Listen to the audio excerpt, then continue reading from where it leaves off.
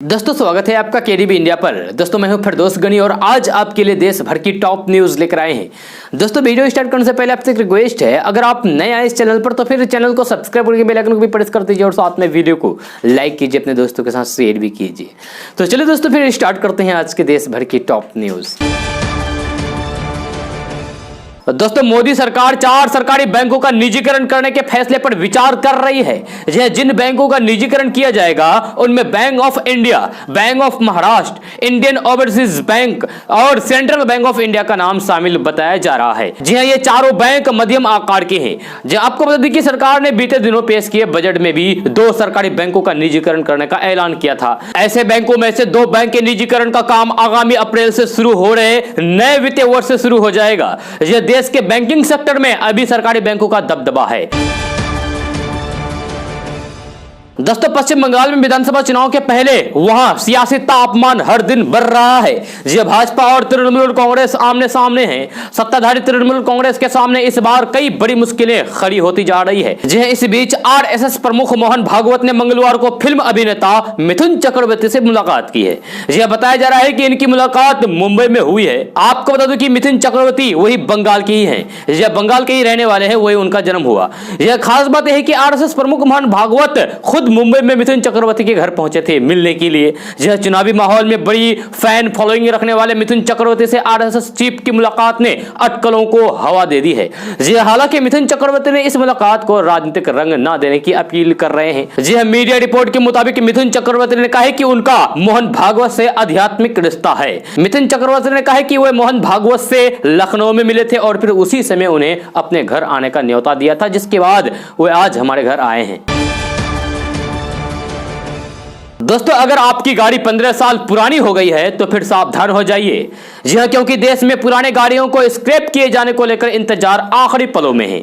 कहा जा रहा है कि 15 साल पुराने गाड़ी सड़क पर नहीं दौड़ पाएंगे। जी हां, अप्रैल 2021 से इस नीति के लागू होने की संभावना के बीच ये भी चर्चा है कि केंद्र और राज्य सरकारों से सलाह मशवरा करके यह निर्णय लिया जाएगा, या फिर लोगों के प्राइवेट और ट्रांसपोर्ट गाड़ियों के लिए भी यही पॉलिसी लागू होगी। जी प्राइवेट गाड़ियों के लिए कुछ अलग नियम होंगे, लेकिन 15 साल पुराना गाड़ी चिंता का सबब बन सकता है। दोस्तों प्याज ने एक बार फिर से आम से लेकर खास लोगों को अपने बड़े भाव से रुलाया है। वहीं अब रसोई के दाल का पकना और फिर उसमें तड़का लगना भी महंगा हो गया है। जी हां, दरअसल दाल और प्याज की बढ़ती हुई कीमतों ने आम लोगों की परेशानी बढ़ा दी है। लोगों के जेब पर इसका सीधा असर पड़ रहा है। अचानक एक बार फिर से दाल थाली से गायब हो गई है। जी हां, प्याज का भाव सीधे भाग चुका है। अब 25 के बदले 45 रुपए तक प्याज का खुदरा रेट पहुंच चुका है। जी हां, इस समय जहां खुदरा में प्याज का भाव 25 रुपए प्रति किलो होना चाहिए, वहीं ये अभी 45 रुपए प्रति किलो के भाव तक पहुंच गया है, जिससे आम लोगों की रसोई का बजट भी बिगड़ गया है। जी हां, मीडिया रिपोर्ट के अनुसार एग्री इंफ्रा डेवलपमेंट सेस का प्रावधान किया गया है। जी हां, मटर पर 40% और काबुली चने पर 30% के माध्यम से मसूर पर 20% सेस के कारण दाल की कीमतों में भी बढ़ोतरी हुई है। सरकार ने भी दामों में बढ़ोतरी की आशंका को देखकर मटर, काबुली चना, बंगला चना और मसूर पर आयात शुल्क घटाकर 10% करने का प्रावधान इस बार बजट में किया है। हालांकि मूंग दाल को छोड़कर अभी सभी दालों की कीमतों में बढ़ोतरी हो गई है। दोस्तों बंगाल चुनाव से पहले लालू प्रसाद यादव की पार्टी राजद ने सत्तारूढ़ दल यानी कि टीएमसी के खिलाफ कैंडिडेट उतारने का ऐलान किया है। जी हां, राजद के इस फैसले से ममता बनर्जी की टेंशन बढ़ सकती है। आरजेडी पश्चिम बंगाल में 7 सीटों पर प्रत्याशी उतारेगी। जी हां, हालांकि अगर वाम मोर्चा के साथ गठबंधन हुआ तो फिर 1-2 सीट कम भी हो सकती है। जी जानकारी के अनुसार विधानसभा चुनाव में लालू प्रसाद यादव की पार्टी राष्ट्रीय जनता दल ने 7 सीटों पर अपने उम्मीदवार खड़े करने का फैसला किया है। जी हां, राज्य में राजद वाम मोर्चाओं के साथ गठबंधन भी करेगा। जी प्रदेश राजद की बैठक में इस संबंध में फैसला लिया गया है। बैठक की अध्यक्षता पार्टी के प्रदेश अध्यक्ष बिंदा प्रसाद ने की है। जी इससे पहले तेजस्वी यादव ने टीएमसी से गठबंधन करने के लिए एक प्रस्ताव भेजा था, लेकिन उस प्रस्ताव पर अभी भी कोई बात नहीं बनी है, जिसके कारण राजद ने यह फैसला किया है कि वह 7 सीटों पर पश्चिम बंगाल में अपना प्रत्याशी उतारेंगे। दोस्तों बिहार में सोमवार की रात भूकंप से अफरा तफरी मच गई। जहां हालांकि जान माल की कोई भी क्षति नहीं हुई। जहां इसके साथ ही याद आ गया 1984 का रिक्टर स्केल पर 8.5 की तीव्रता वाला वो भूकंप, जिसमें बिहार में 7,153 और फिर नेपाल में 8,519 लोगों की जान ले ली गई थी। जी हाँ, वैज्ञानिकों के अनुसार बिहार में 1934 के भूकंप की तीव्रता वाला कोई बड़ा भूकंप कभी भी आ सकता है और अगर ऐसा हुआ तो फिर भारी तबाही मच जाएगी। जी हाँ, ऐसी स्थिति में अब 2 लाख से अधिक लोगों की जान जा सकती है। आईआईटी के प्रोफेसर डॉक्टर आनंद एस मौर्य ने अपनी शोध में इसका जिक्र किया है। जी हाँ, साल 1934 के 15 जनवरी को बिहार और फिर नेपाल में रिक्टर स्केल पर 8.5 की तीव्रता वाला भूकंप आया था। जी हाँ, इस भूकंप में बिहार का मुंगेर शहर पूरी तरीके से तबाह हो गया था। जी हाँ, भूकंप ने नेपाल के भट्ट गांव शहर को भी तहस नहस कर दिया था। जी हाँ, पूर्वी चंपारण, मुजफ्फरपुर, दरभंगा, सीतामढ़ी, मधुबनी, सहरसा और पूर्णिया में भी भारी तबाही हुई थी। बिहार में भूकंप से 7,153 लोगों की जान चली गई थी। इसमें से सबसे अधिक मुजफ्फरपुर में 2,539 लोगों की जान गई थी। इसके बाद फिर 1988 में 6.6 की तीव्रता का भूकंप आया था, जिसकी शक्ति 1934 के भूकंप से 750 गुना कम थी।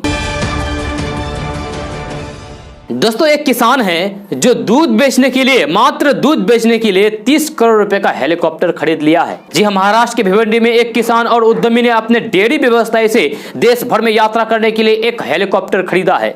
जी हाँ, जनार्दन भोरिया एक बिल्डर भी है। उन्होंने हाल ही में डेयरी व्यवसाय में कदम रखा है। नए व्यवसाय के लिए उसे देश के विभिन्न स्थानों की यात्रा करने की आवश्यकता होती है। जी हाँ, उन्होंने अपनी व्यापारिक यात्रियों को सुविधाजनक बनाने के लिए 30 करोड़ रुपए के हेलीकॉप्टर खरीदा है।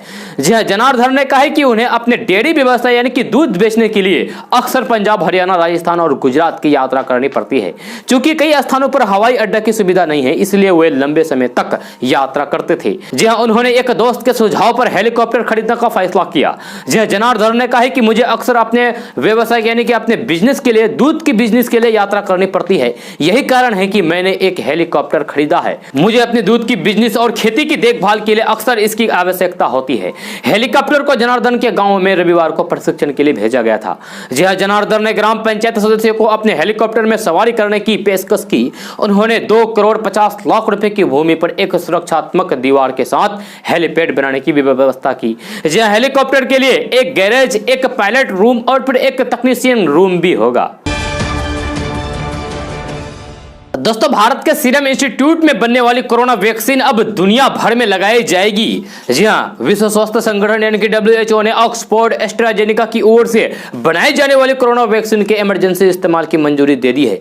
जी हां, ऑक्सफोर्ड एस्ट्राजेनेका के कोरोना वैक्सीन को भारत के सीरम इंस्टीट्यूट बनाती है। WHO ऑक्सफोर्ड एस्ट्राजेनेका द्वारा विकसित किए जा रहे 2 वैक्सीन के इमरजेंसी इस्तेमाल करने की मंजूरी दे दी है। इसकी घोषणा खुद WHO के प्रमुख ने की है। जी हां, ऑक्सफोर्ड एस्ट्राजेनेका द्वारा विकसित किए जा रहे 2 वैक्सीन में से एक वैक्सीन को भारत के सीरम इंस्टीट्यूट बनाती है, वही दूसरी वैक्सीन को दक्षिणी कोरिया की SK बायो नाम की कंपनी बनाती है। WHO ने दोनों ही कंपनियों द्वारा बनाई गई वैक्सीन को मंजूरी दे दी है।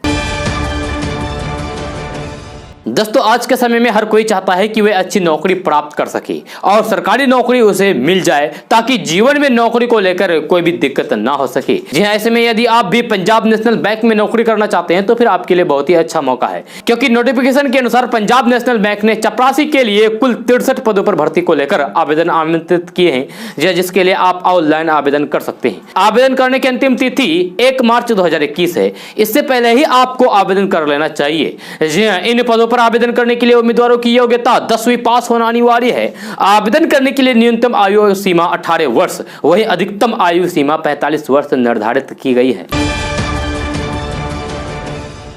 दोस्तों पीएम किसान सम्मान निधि योजना के तहत केंद्र सरकार की ओर से देश के किसानों को हर साल 6,000 रुपए की आर्थिक सहायता दी जाती है।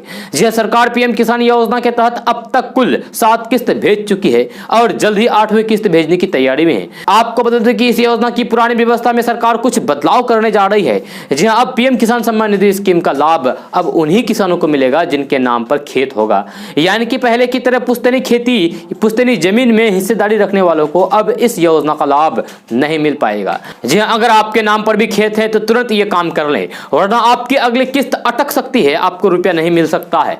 जी हाँ, पीएम किसान स्कीम के तहत हर साल मोदी सरकार किसानों को 6,000 रुपए 2-2 हजार करके 3 किस्तों में देती है। इसके तहत हर साल की पहली किस्त 1 अप्रैल से 31 जुलाई, दूसरी किस्त 1 अगस्त से 30 नवंबर और तीसरी किस्त 1 दिसंबर से 31 मार्च के बीच आती है। जी हाँ, 2019 में शुरू हुई इस योजना में बीते कुछ समय में कुछ गड़बड़ियां पाई गई, जिसे सरकार ने सुधारने का फैसला किया है। सरकार ने इस योजना में पारदर्शिता लाने के लिए यह कदम उठाया है। पीएम किसान सम्मान निधि योजना में रजिस्ट्रेशन कराने वालों किसानों को अब आवेदन फॉर्म में अपनी जमीन का प्लॉट नंबर भी बताना होगा।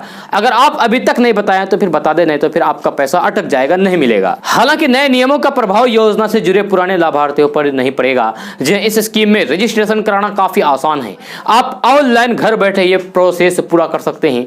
इसके अलावा आप पंचायती सचिव या फिर पटवारी या फिर स्थानीय कॉमन सर्विस सेंटर के जरिए इस योजना के लिए अप्लाई कर सकते हैं। इसके अलावा आप खुद भी इस योजना के लिए रजिस्ट्रेशन करा सकते हैं।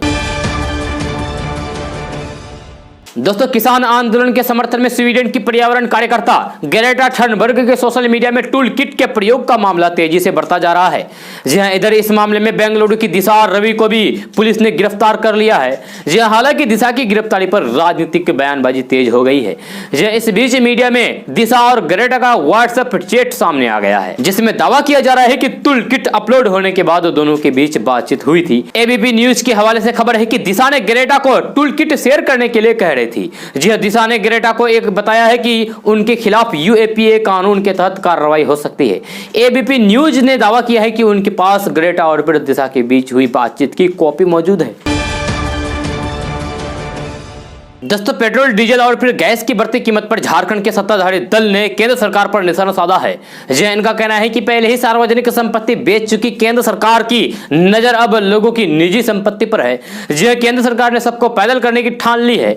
इधर कांग्रेस ने पूछा है कि बजट पर परिचर्चा करने वाले नेताओं को बताना चाहिए कि हर दिन पेट्रोल डीजल की कीमतें क्यों वृद्धि हो रही है। गैस सिलेंडर के दाम भी 50 रुपए बढ़ने का आखिर कारण क्या है। दोस्तों, देश के सबसे बड़े सरकारी बैंक भारतीय स्टेट बैंक में नौकरी ढूंढ रहे युवाओं के लिए चेतावनी जारी की है। जी हां, एसबीआई ने अपने चेतावनी में कहा है कि नौकरी तलाश करने वालों के लिए इंटरनेट स्कैमर से भरा हुआ है। बैंक ने फेक जॉब ऑफर से बचने के लिए सलाह दी है। बैंक ने ऐसे स्कैमर्स यानी कि ऐसे फ्रॉड से बचने के लिए सुरक्षा उपाय बताए हैं। बैंक ने कहा है कि साइबर क्राइम की रिपोर्ट cybercrime.gov.in पर दर्ज कराएं। एसबीआई ने ट्वीट करके ये जानकारी दी है।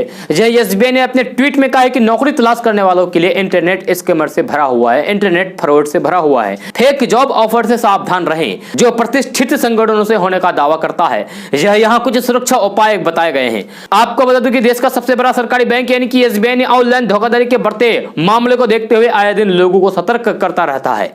जब फेक जॉब ऑफर से बचने का तरीका बताया गया है।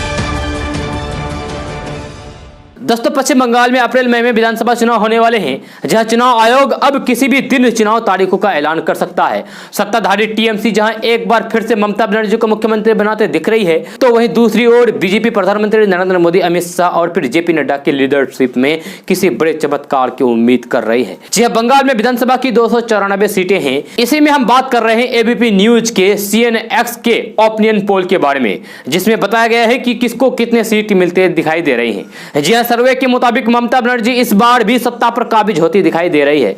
जी हां, ममता की पार्टी टीएमसी को इस चुनाव में 151 सीटें मिल सकती है, वहीं बीजेपी को 117 सीटें मिलती दिखाई दे रही है। जी हां, बड़ी बात यह है कि साल 2016 के चुनाव में बीजेपी को सिर्फ 3 सीटों पर जीत मिली थी, जबकि टीएमसी ने 211 सीटों पर जीत दर्ज की थी। सर्वे के मुताबिक कांग्रेस और फिर सीपीएम के गठबंधन को इस चुनाव में मात्र 24 सीटें ही मिलेगी, जबकि अन्य के खाते में 2 सीटें जाती दिख रही है। वर्तमान में यहाँ टीएमसी की सरकार है और ममता बनर्जी मुख्यमंत्री है। जहां पिछले चुनाव में ममता की टीएमसी ने सबसे ज्यादा 211 सीटें जीती थी, कांग्रेस ने 44, लेफ्ट में 26 और फिर बीजेपी ने मात्र 3 सीटों पर जीत दर्ज की थी, जबकि अन्य ने 10 सीटों पर जीत हासिल की थी। जहां यहां बहुमत के लिए 148 सीटें चाहिए होगा। दोस्तों, आज का न्यूज़ बस ये तक। कैसा लगा जरूर अपना सुझाव दीजिएगा नीचे कमेंट बॉक्स में कमेंट करके। अगर आप नए आए इस चैनल पर तो फिर चैनल को सब्सक्राइब करके बेल आइकन को भी प्रेस कर दीजिए और साथ में वीडियो को लाइक कीजिए, अपने दोस्तों के साथ शेयर भी कीजिए। तो चलिए दोस्तों, फिर मिलते हैं अगले वीडियो में। जय हिंद, जय बिहार।